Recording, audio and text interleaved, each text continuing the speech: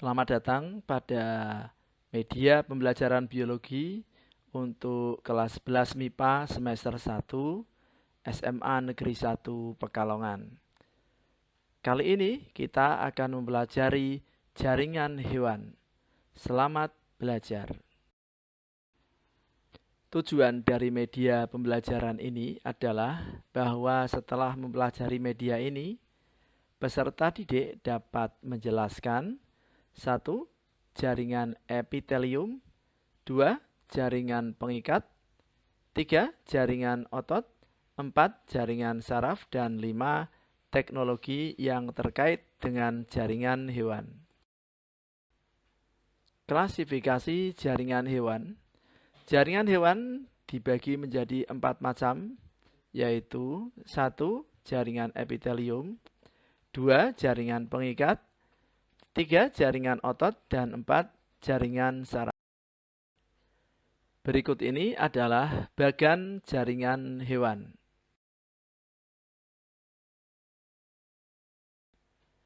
Jaringan epitelium.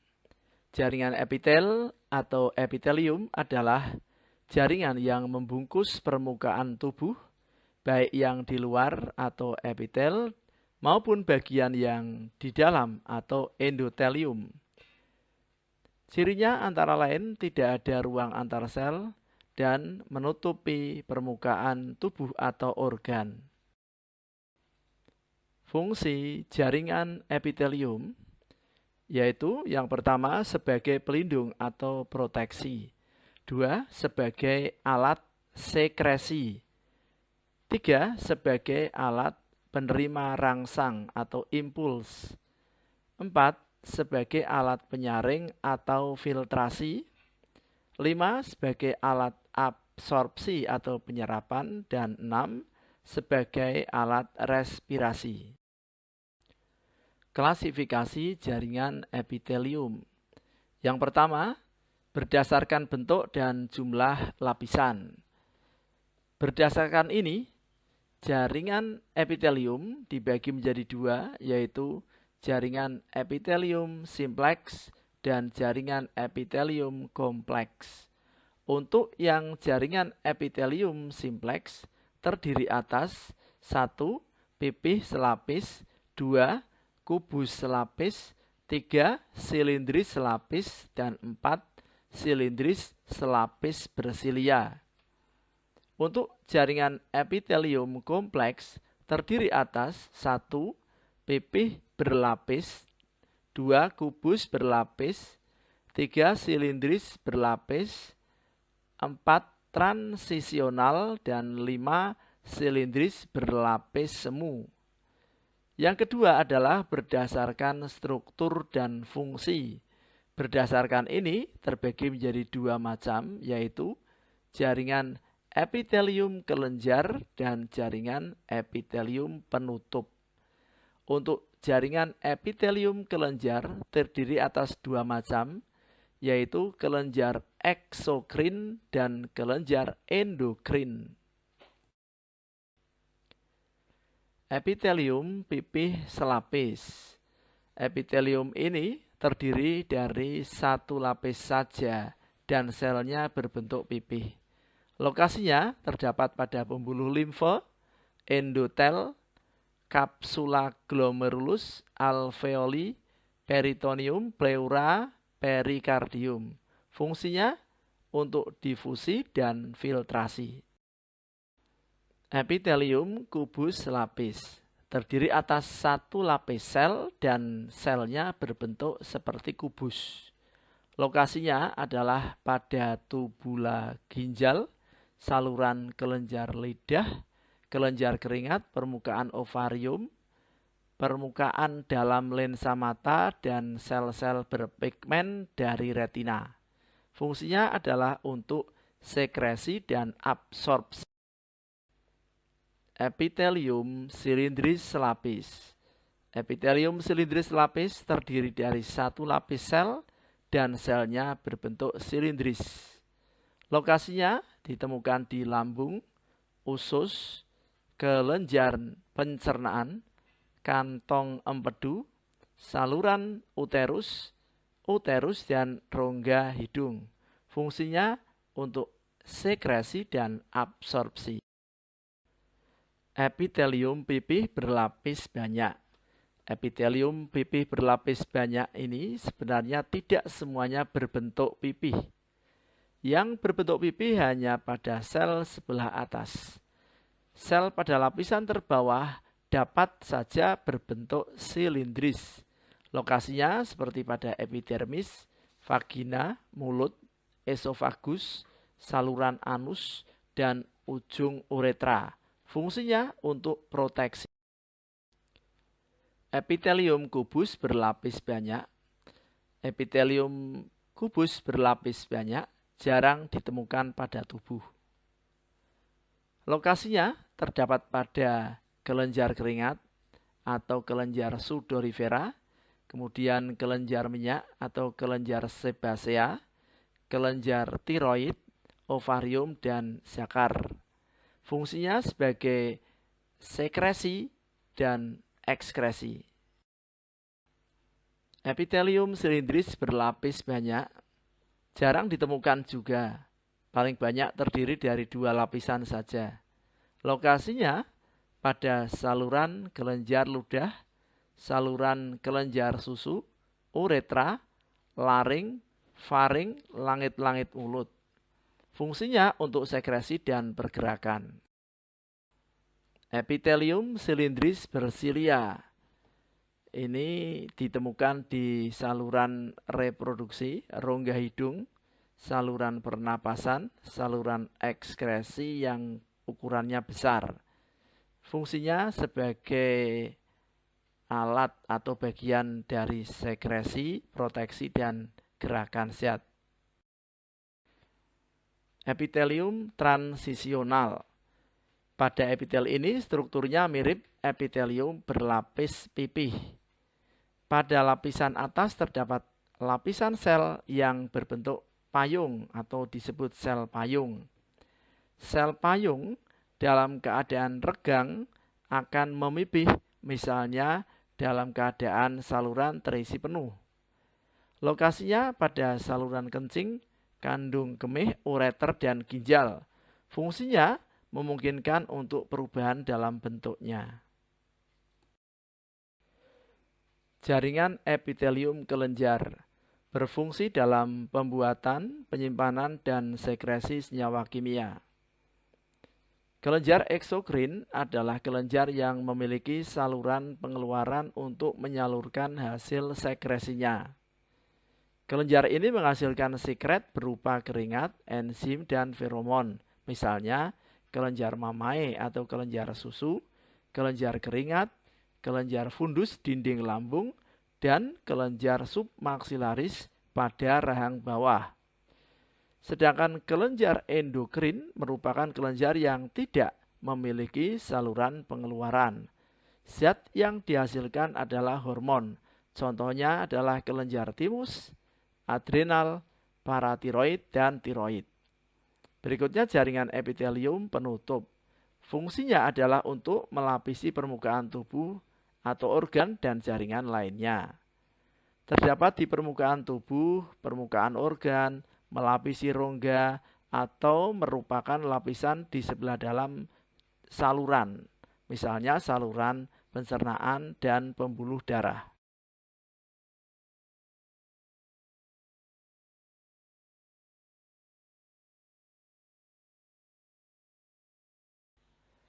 Jaringan pengikat. Jaringan pengikat merupakan jaringan yang menghubungkan jaringan satu dengan jaringan lainnya. Jaringan pengikat terbentuk dari lapisan mesoderm pada saat embrio. Ciri-ciri jaringan pengikat adalah bahwa letak sel penyusunnya berpencar. Kemudian, jika berhubungan hanya pada protoplasmanya saja. Fungsinya adalah untuk 1. Mengikat atau melekatkan. 2. Membungkus organ. 3. Mengisi rongga di antara organ. 4. Menghasilkan imunitas.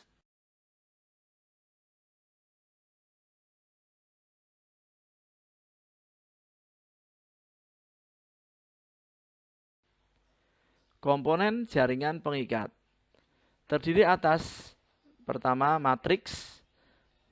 Matriksnya terdiri atas serabut dan bahan dasar. Untuk serabutnya terdiri atas serabut kolagen, serabut elastis, dan serabut retikuler. Sedangkan bahan dasarnya tersusun atas asam mukopolisakarida. Komponen utama mukopolisakarida yaitu asam hyaluronat dan sulfat.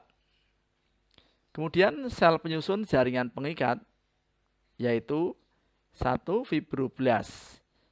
Fibroblast ini mensintesis dan mensekresikan protein ke dalam serabut.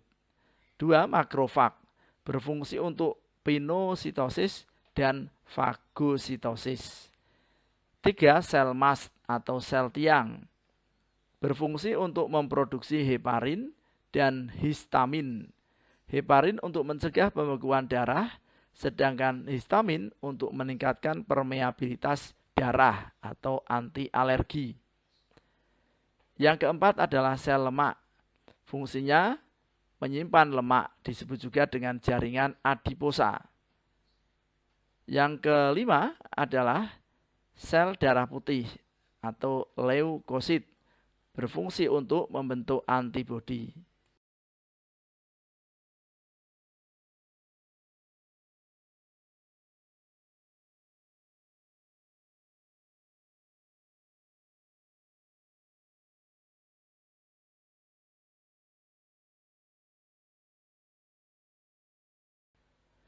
Jenis-jenis jaringan pengikat. Yang pertama adalah jaringan pengikat biasa. Jaringan ini terdiri atas jaringan pengikat longgar dan jaringan pengikat padat. 2. Jaringan pengikat khusus yang terdiri atas jaringan tulang rawan atau kartilago atau kondrin. 2. Jaringan tulang keras atau osteon. 3. Jaringan darah, dan 4. Jaringan limfe atau getah bening. Jaringan pengikat longgar memiliki ciri-ciri sebagai berikut. Pertama, memiliki susunan serat yang longgar. 2. Memiliki matriks berupa cairan lendir atau mukus atau mukosa. 3.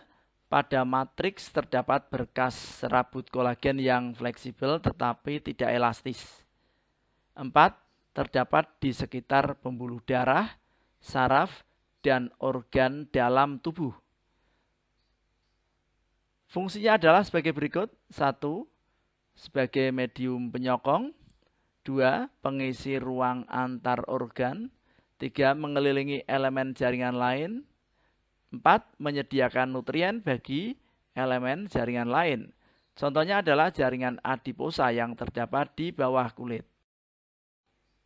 Jaringan pengikat longgar memiliki serabut kolagen berwarna putih, serabut elastis, dan serabut retikulum. Contoh dari jaringan pengikat longgar ini adalah sel fibroblast, sel plasma, dan sel makrofag. Jaringan pengikat padat.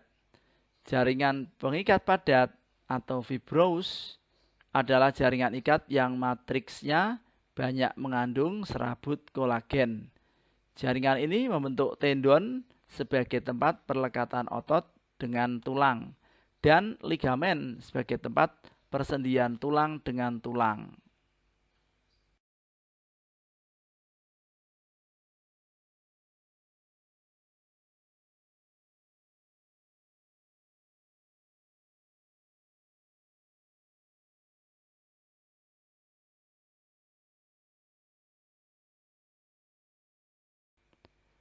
Jaringan darah terdiri atas pertama eritrosit atau sel darah merah, 2. leukosit atau sel darah putih, 3. trombosit atau keping-keping darah, disebut juga dengan istilah platelet. Jaringan limfe berasal dari plasma darah yang keluar dari sistem kardiovaskular ke dalam jaringan sekitarnya. Limfe atau getah bening adalah cairan jernih kekuning-kuningan yang berisi sel-sel darah putih, keping-keping darah, dan fibrinogen. Adanya kandungan fibrinogen ini menyebabkan limfe mampu membeku. Jaringan otot. Jaringan otot tersusun atas sel-sel otot. Jaringan ini mempunyai kemampuan berkontraksi sehingga dapat melakukan pergerakan. Memiliki serabut kontraktil yaitu filamen aktin dan miosin. Jaringan otot terbagi menjadi 3 macam yaitu otot polos, otot lurik atau otot rangka, dan otot jantung.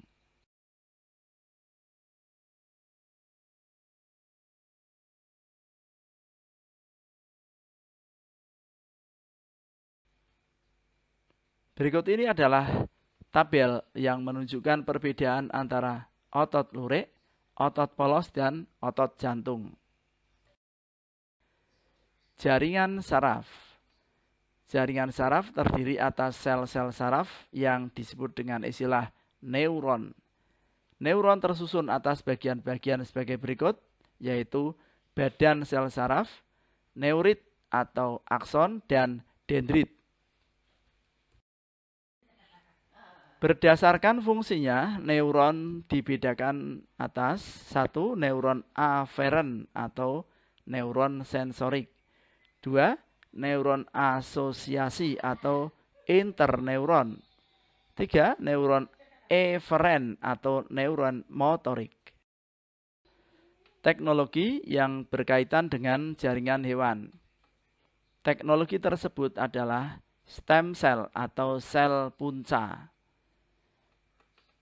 Sel punca berdasarkan kemampuan untuk berdiferensiasi dibedakan menjadi 4 macam yaitu totipoten, pluripoten, multipoten, dan unipoten. Sedangkan berdasar asal jaringannya dibedakan menjadi 2 yaitu embryonic stem yang berasal dari sel induk embrio dan adult stem atau sel induk dewasa.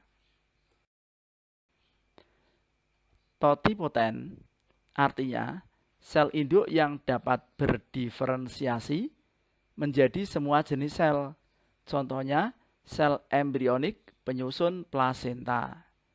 2. Pluripoten, yaitu sel induk yang dapat berdiferensiasi menjadi 3 lapisan germinal, yaitu ektoderm, mesoderm, endoderm. Contohnya pada sel induk embrio. Yang ketiga multipoten, yaitu sel induk yang dapat berdiferensiasi menjadi sejenis sel tertentu yang tidak jauh berbeda dengan sel induk. Sel homopotik pada sumsum tulang adalah contohnya. Kemudian yang keempat, unipoten, yaitu sel induk yang hanya dapat berdiferensiasi menjadi satu jenis sel. Contohnya sel eritrosit, progenitor hanya menjadi sel eritrosit saja.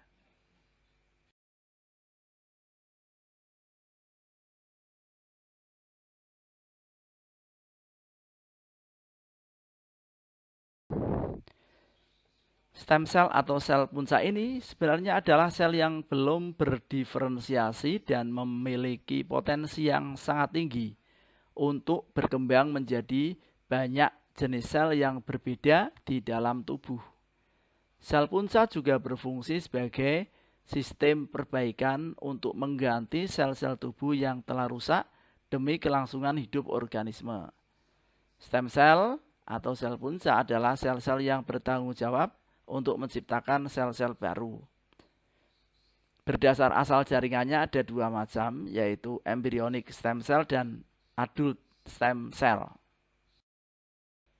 Mengapa stem cell sangat penting bagi kehidupan kita? Karena stem cell akan aktif ketika ada sel-sel yang mati. Berikutnya, sel-sel dalam tubuh kita memiliki rentang hidup tertentu. Dan yang ketiga, stem cell adalah sel-sel yang menjamin selalu ada penggantian atas sel-sel tubuh yang telah mati. Contohnya adalah sel-sel permukaan kulit kita sebagai sel-sel yang memiliki rentang hidup pendek. Terkadang kita mengalami luka yang mempercepat kematian sel di mana luka tersebut berada. Stem cell memungkinkan kulit kita untuk membentuk lapisan-lapisan kulit baru yang nantinya akan menutup luka.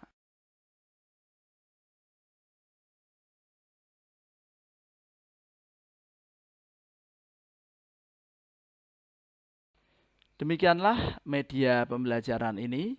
Semoga media pembelajaran yang sederhana ini dapat membantu peserta didik untuk memahami materi tentang jaringan pada hewan. Selamat belajar.